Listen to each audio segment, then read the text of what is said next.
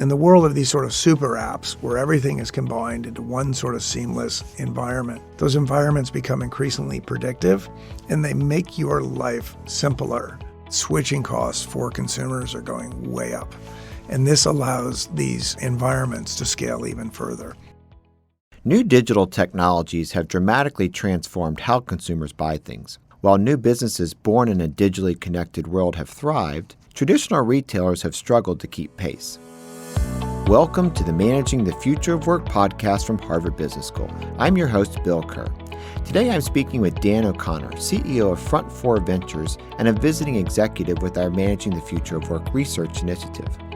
Dan's career advising America's largest retailers has spanned two dramatic transitions. He's going to give us an inside look at the changes that are unfolding and share guidance for leaders working to navigate them.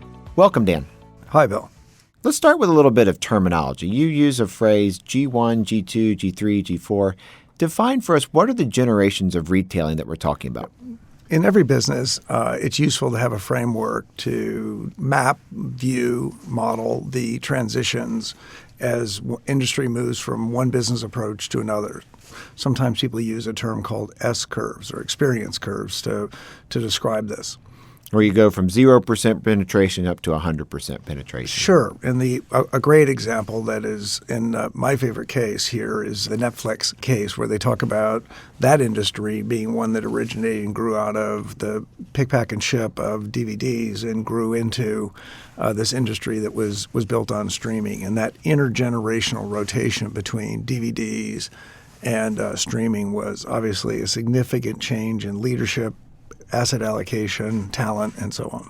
Okay. And so in your terminology for retailers, you're having the three transitions from G1 to G4. What are each of the transitions? The traditional retail trade, the fragmented trade, or the mom and pops as it's often called, these are retailers that sort of operated one market at a time. They were traditionally supported by a wholesale distributor network and were often, important in the distribution of large national as well as regional brands. Okay. So Main Street businesses that were on every street corner for a long time. Then G2 comes along. What's G2? G1 was very fragmented, and G2 represented, in a sense, the Walmart era, the Carrefour era, the Tesco era, the area of the modern trade, where they brought a level of standardization as they aggregated and concentrated volume into the merchandise that they chose to resell. They drove even new economies with the suppliers, and those economies started at manufacturing and through transportation out through the store. It's important to understand that G2 retailers didn't create new demand. They took it from preceding generations of retail. But with some lowering of the cost structure so that maybe we're buying more goods and we've aggregated up some of that demand into specific locations. Absolutely. And I think people talk about flywheels in the modern vocabulary today. And that cycle is what really drove a 25-year cycle of what we call the modern trade. And that really spread out to many parts of the world, top 40 countries in the world. Okay. G3 comes along, and I'm guessing that's e-commerce of some variety. Tell us what's G3. The marketplaces, companies like eBay, companies like Amazon, later companies like Alibaba and JD.com. Over 250 of these sort of marketplaces grew up in the world. And they were just digitally connecting businesses with businesses, businesses with consumers, and consumers with consumers. They were giving consumer an alternative in many instances to buying directly from a store. The second new entrants that we saw into this marketplace were what we called the intermediaries. And the intermediaries were companies that were digitally influencing the outcome, what people bought, where they bought it. So companies like Facebook and Google, for example, were really in the business of aggregating really large audiences. Very symbiotic relationship between the intermediaries and the marketplaces. Yep. And initially, these were very different companies. That is, the marketplaces were not intermediaries. So search was being done outside the marketplaces. And the third level of innovation that we saw that was really different was the growth of digital influencers. These are individuals who aggregated large audiences, typically around a specific topic. And they were really influential in moving the consumer's point of view from learning and studying products at the shelf in a store. And in a sense, they moved that first moment of truth from the shelf to a destination, a digital destination. Just being Instagram feeds or other ways that they're impacting what you're thinking about even before you use a search term inside Google. That's true. And then even when you do search, you may find yourself in a chat room or in some kind of YouTube library with an expert who has a point of view. And these are people who are out there that are building audiences of 25, 50, 100 million viewers that are regular viewers, subscribers. So give us the last generation in this sequence. G4 is the emergence of large-scale platforms, and large-scale platforms that are multi-marketplace. They incorporate 8, 10, 15 different digital marketplaces. They provide a space and a point of connection for influencers. And in many cases, they actually own and operate large intermediaries, such as social firms, gaming sites, and search. And so companies like Alibaba, which I think is really the gold standard in the world of platforms today, and you pair that with this underlying architecture, which is really the elegance of these platforms. It's the ability of the platform not only to enable their digital commerce, their social platforms, and so on.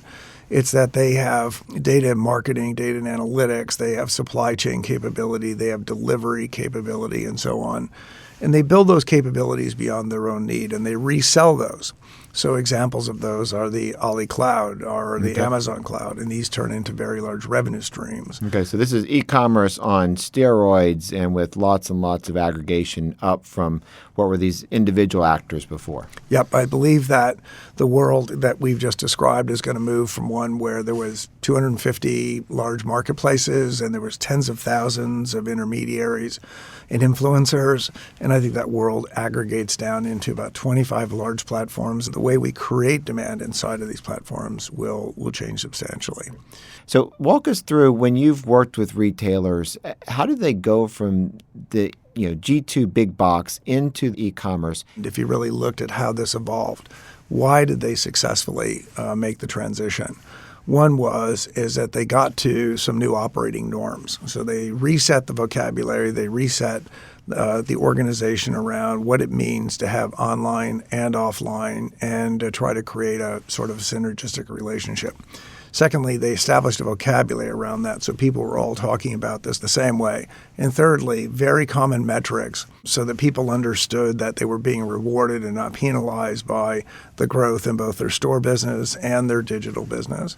And the really high-level picture on this is that I think history will show that the companies that successfully made this migration were companies that really got their capital in the right place.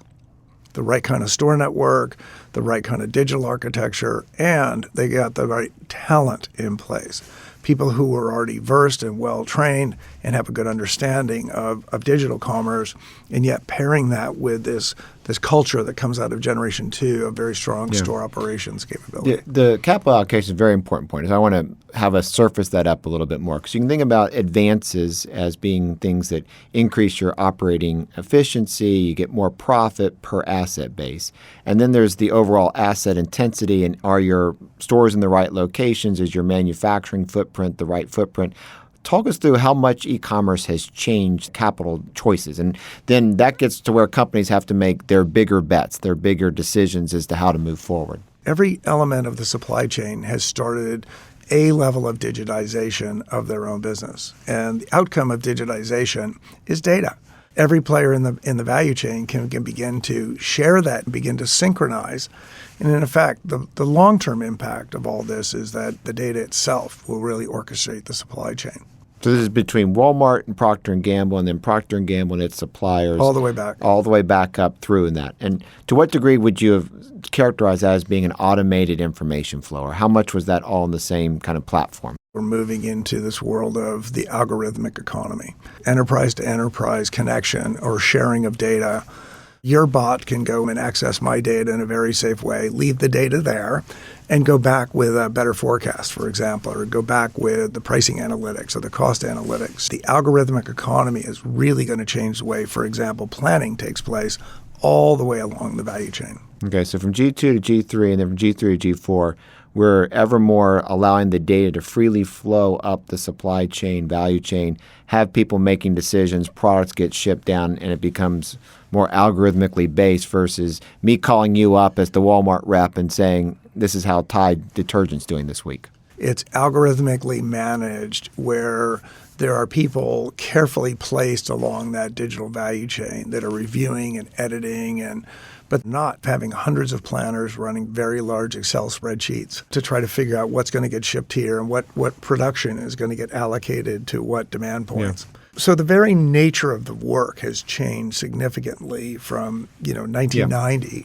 and the year 2000 to where we sit today. You also see things like Dollar Shave Club or deodorant. These brands that come up and they don't even have a physical presence before they're online. How has that changed the dynamic for a retail commerce organization? With the level of data and the ability to use that data to isolate specific opportunities, I think what we'll always see is the rapid introduction and scaling of what we'll call microbrands. And sometimes microbrands will be built with an attempt to scale them beyond a couple of $100 million and try to create billion-dollar brands. That as the world digitizes and as entrepreneurs, as well as intrapreneurs, people working inside of large companies, learn how to work with these kind of analytics and work with this data, they'll see more and more consumer opportunities, production and supply opportunities, and they'll find a way to build brands around this. Okay, because we all get the same amount of shelf space on Amazon.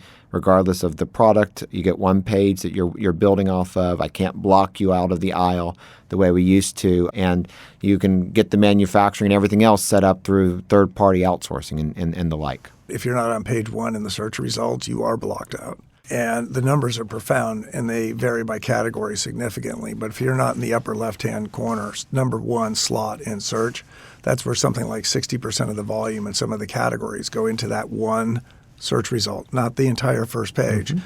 So constant volume in many ways is concentrating in a way we never even dreamt on a shelf. It's really amazing. So search is just one of the ways. You mentioned earlier it was about getting the senior leadership team onto the new model, and onto how they were going to both be in a G2 world and enter the e-commerce space, or be in e-commerce and move to the next thing. How does that play out for senior leadership teams? Is that the big sticking point? And then what can they do to be better at that transition? About 20 years ago with a large electronics retailer operating in the U.S., I remember attending an executive committee meeting, and they had launched a website and not much was happening. They really understood the store-based world, and they really didn't understand a world that included stores but had this digital overlay.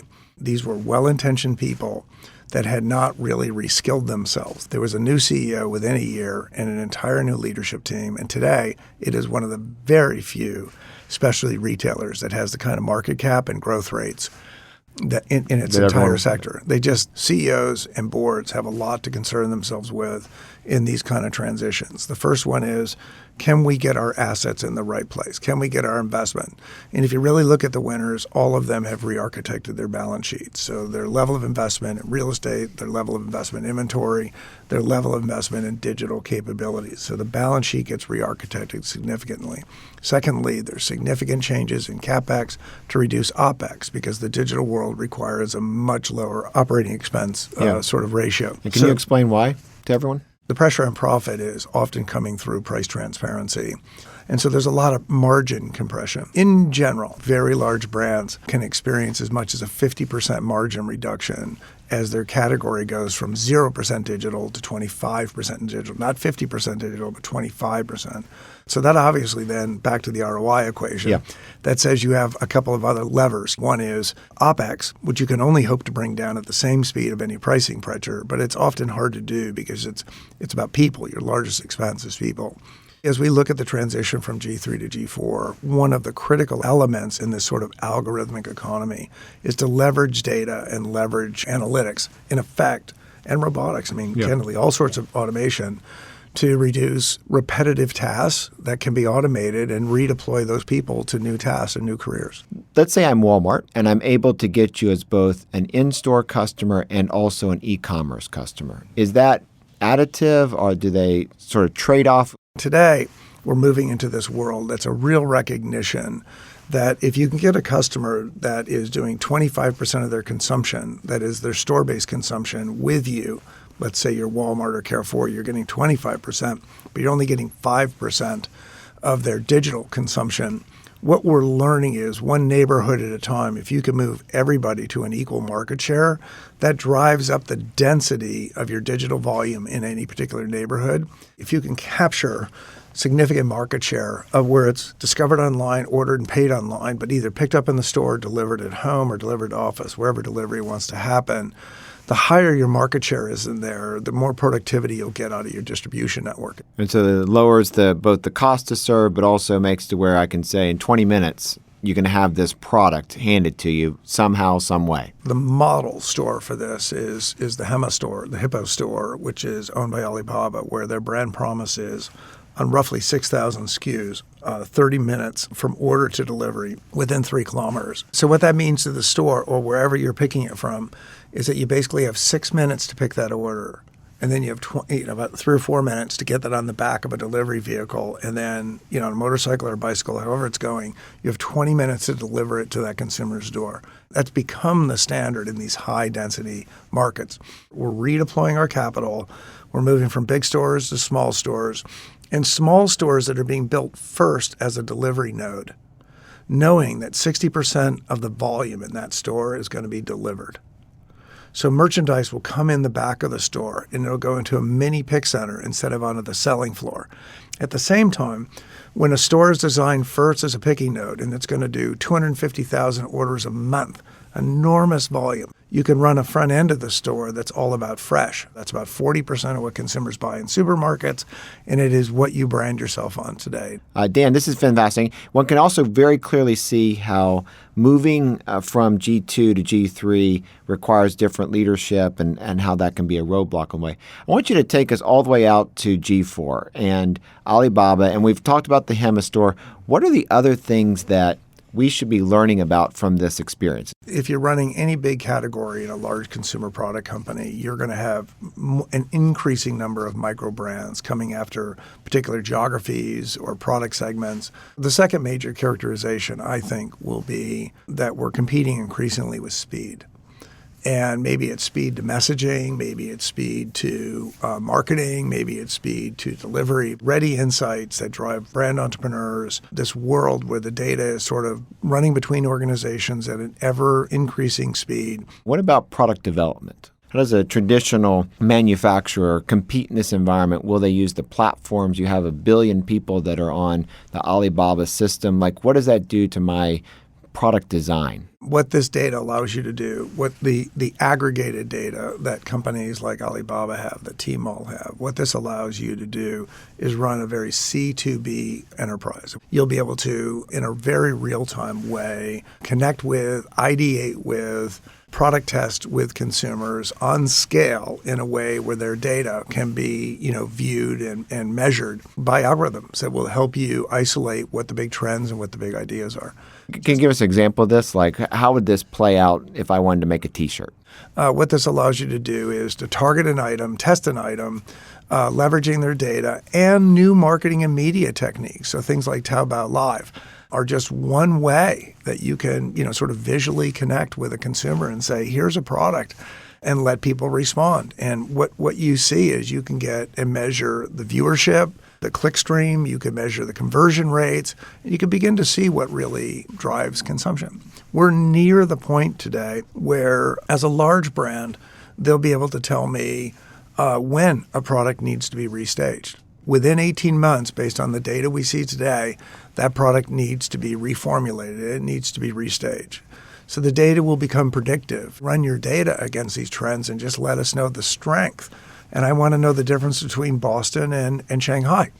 This whole notion of disintermediating agencies and third-party information companies to going to direct data that will actually give you real-time or reasonably real-time, I call it near-time data and near-time metrics that someone who's a brand owner can use and begin to really drive their business in a new way is pretty It's fascinating because in the G3 space where we already are, you're now able to go down to the level of this individual convenience store and say, based upon the people within a half a mile of you, you should be selling more of this product. Yeah. What's gone wrong? And then as you look ahead to this future, it gets ever more into just the simple ideation of there is a missing product in this space, and now we know how to fill that. We can aggregate that up. Is there a place in the future for the independently owned, fragmented retailer? I believe that the very large platforms are going to make it increasingly easy for one and two store operators to digitize their stores in a way that's not dissimilar to the kind of automation that large-scale retail chains have today. So what that means is the ability to really digitally capture my point-of-sale data, my inventory data, my forecasting data, my order data. And just you come onto Alibaba's platform and you get access to all these tools for your exactly. For your business. So the same way that Salesforce provides, CRM capability as a service, imagine the world where whether it was Jingdong or whether it was Amazon or whether it was Alibaba had basically the retail enterprise as a service. So what we're seeing is the G3, G4 leaders are actually leading the digitization of G1. And this gets back to the notion that the competitive advantage of the platform companies is the data and the insight. The competitive advantage of the local store is as a delivery node. If you actually are running a large digital platform, you can see the advantage of automating all these mom and pops, because then you can begin to get the data on what's happening in the local stores, what are the high demand items. You can provide a supply chain for them that might be a little bit more efficient. You can definitely get them better pricing, because this is the issue with small mom and pops is they don't necessarily get the very best pricing. But as importantly, and really important, this avoids the capital deployment against building stores for the large platforms. So I can network 10 million stores, 6 million stores in China through this retail as a service initiative. And all of a sudden I'm running a really large in the community kind of distribution network. And also in suburban and rural areas, I can get the markets where there's only one or two. Throw in some drone delivery to those nodes, and pretty soon you've got the whole system orchestrated. And the announcement by UPS that they've been licensed now to run the first drone network here in the U.S. is really significant. It's really important for everyone to know that G1 retailers are still 52% of all retail in the world today. What I just described in the world of retail as a service, I think this will enable them to, in a sense, hold share, G4 retailers, that G4 will pull more volume out of G2 and G3. So what that means is that we see weakening marketplaces. And I think there's some examples of that here in the U.S. where they've sold off some parts of the market, CEOs have left. And then in the G2 world, I think we see the same thing happening. And you can see this in retail centers around the U.S., the mall world, for example. So that volume is being pulled into new places. G2 may be more impacted by 3 and 4 than G1. Dan, there's a lot of organizations and a lot of boards and CEOs that feel like they're flat-footed amidst this world of crazy change that you're describing. Is there any advice you give them as to how to get started, what to do next? Everybody has to begin to sort of rationalize for the algorithmic economy, this whole G4 world. And how will we create demand? Are we going to still float coupons? Or are we going to move to some kind of a different and more effective approach? And do we still need a sales force that calls on all of these G2 retailers and G1 wholesalers? Or are we going to, in effect, bring our marketing organizations and our shopper marketing organization, all these different marketing entities, into a single entity that's responsible for demand? And will we keep them as a large functional approach, or will we move them into squads, for example? The point is, as a leader, just understanding the vocabulary of what I simply described to you on the supply side and really understanding how this is unfolding is critical. In the supply chain, I would really want my leadership team to truly understand what the future of distribution was going to look like and how I was going to connect with different customers, connecting enterprise to enterprise and getting to a common forecast. The algorithmic economy starts with forecasting. It's this notion of really getting a better sense of demand and moving it from a sort of a 70% confidence level to a 95, 98% confidence level on both sides. Once you understand the mechanics of how these things unfold, then there's this issue of governance. Increasingly, there's going to be fewer people for your people to talk to. So you're a brand, you're calling on a retailer, but there's going to be fewer people for you to call on. Secondly, as happens at Amazon today, there really isn't a role for a human-to-human connection. More decisions, increasing number of decisions, are being made out of sight, machine to machine.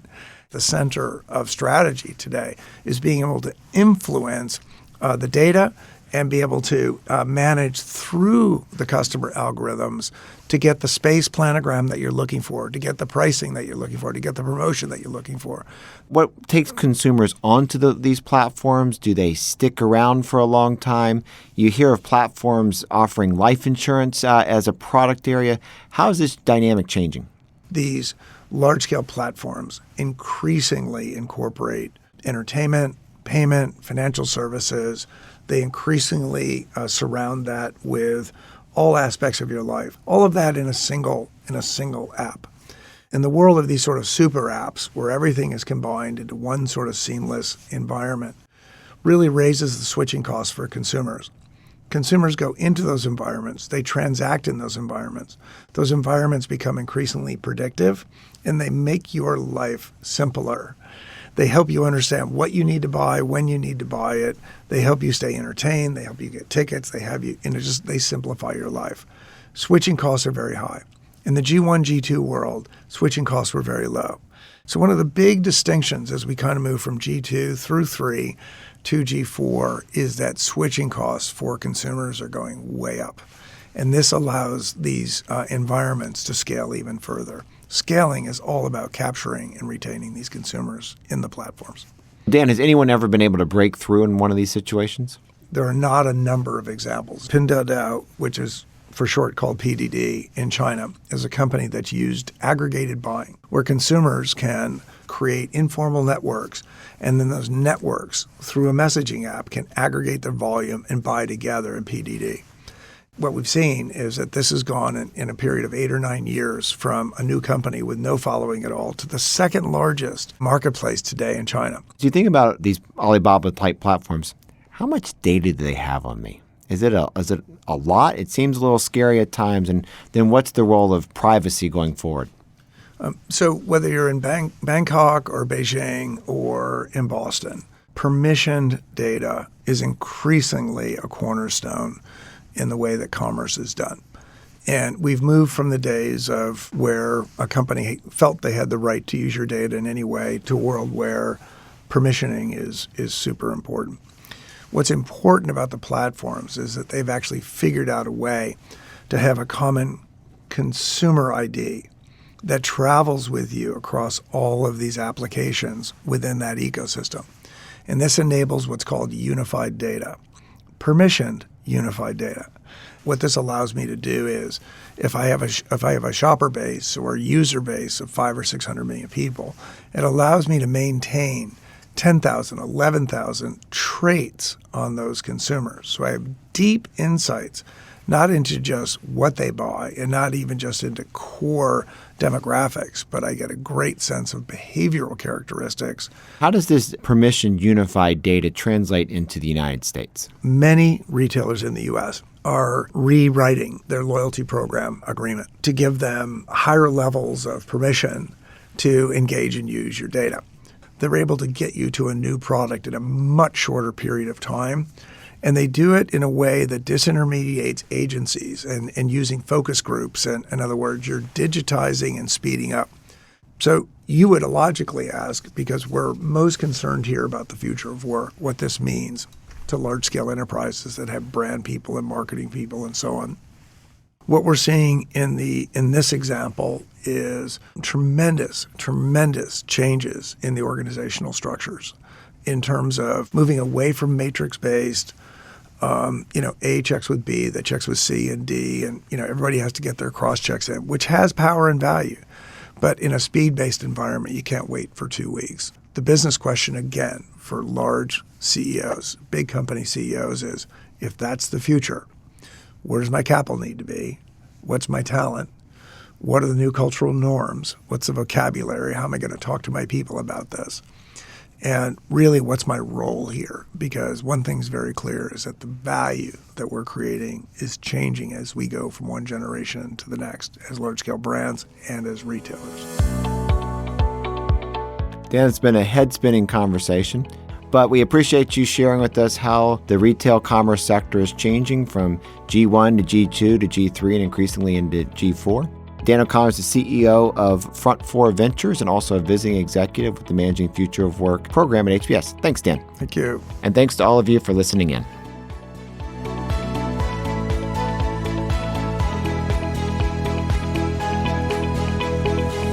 We hope you enjoy the Managing the Future of Work podcast. If you haven't already, please subscribe and rate the show wherever you get your podcasts.